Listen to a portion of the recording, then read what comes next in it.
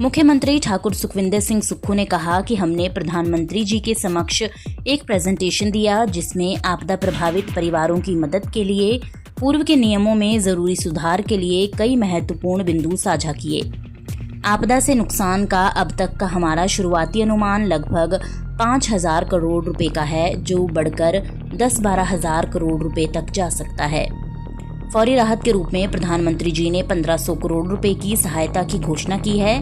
अब देखना यह है कि 1500 करोड़ रुपए विशेष राहत पैकेज के तहत आते हैं या योजना आधारित रहते हैं। माननीय प्रधानमंत्री जी ने के सामने हिमाचल प्रदेश की सरकार ने एक प्रेजेंटेशन रखी। चीफ सेक्रेटरी महोदय ने प्रेजेंटेशन रखी। दिल्ली के अधिकारी थे, भारतीय जनता पार्टी के सांसद के सदस्य थे, नेता प्रतिपक्ष थे, भारतीय जनता पार्टी के अध्यक्ष थे, हमारे डिप्टी चीफ मिनिस्टर, स्पीकर महोदय, एग्रीकल्चर मिनिस्टर, हमारे आयुर्वेदा मिनिस्टर और लोकल एमएलए केवल सिंह पठानी जी, सब लोग हम यहाँ थे। हमने वास्तविक स्थिति का उन्हें बताया। हमने कहा कि अगर आपदा प्रभावित परिवारों को बसाना है तो आपको फॉरेस्ट के नियमों में परिवर्तन करना पड़ेगा। हिमाचल प्रदेश की 68% भूमि वन भूमि के नाम से दर्ज है। 1950 के एक्ट के तहत ऑल वेस्ट लैंड को वन भूमि का दर्जा दे दिया गया है, जो कि सही नहीं था। हमने कहा कि अगर आप आपदा प्रभावित परिवारों को मुख्यमंत्री के रूप में 1 बीघा जगह कहीं शिफ्ट करके देना चाहता हूं, तो वो मुख्यमंत्री के रूप में क्या केंद्रीय मंत्री के रूप में भी वो नहीं दे पाएंगे। तो इसका मतलब हुआ कि उस कानून को परिवर्तन करना पड़ेगा और आपदा प्रभावित परिवारों के लिए वन भूमि में जो हिमाचल प्रदेश की राज्य सरकार ने मांग की है कि कम से कम 1 बीघा जगह दीजिए, उसमें कानून में परिवर्तन करना पड़ेगा। उसकी प्रेजेंटेशन हमने दी। हमने प्रधानमंत्री जी से कहा कि स्पेशल रिलीफ पैकेज दीजिए। स्पेशल रिलीफ पैकेज देने के हमारा तकरीबन अभी तक 5,000 करोड़ का आरंभिक अनुमान है और ये अभी 10 से 12 हज़ार करोड़ रुपये जा सकता है। सेंटर की टीम्स आई है। तीसरी बात हमने की कि जब सहायता तत्काल ना मिले और 2 वर्ष बाद मिले, 2023 की जो पीडीएन ने आया 2 वर्ष, तो उसका कोई मूल्य नहीं रह जाता, औचित्य नहीं रह जाता है।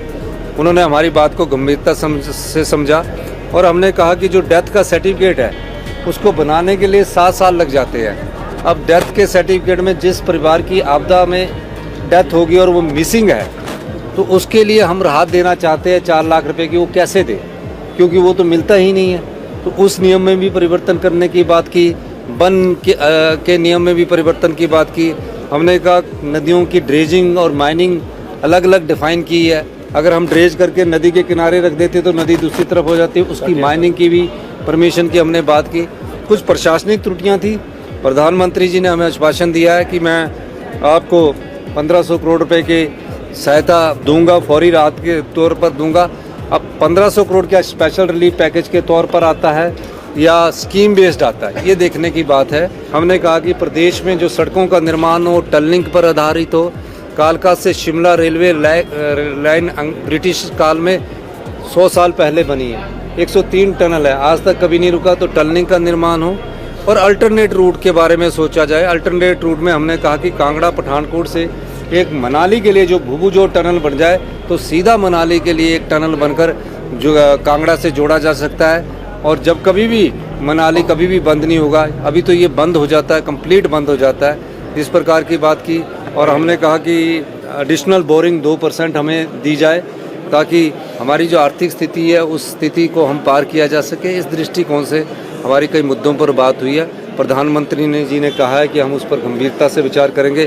कुछ नियम है उसको बदलने के लिए जहाँ परिवर्तन करना होगा, अधिकारियों को दिशा निर्देश दिए। अब उस पर कितना अमली जामा पहुँचता है वो आने वाले समय में पता लगेगा। वीडियो से जुड़े रहने के लिए धन्यवाद। हमारे चैनल को सब्सक्राइब कीजिए अभी।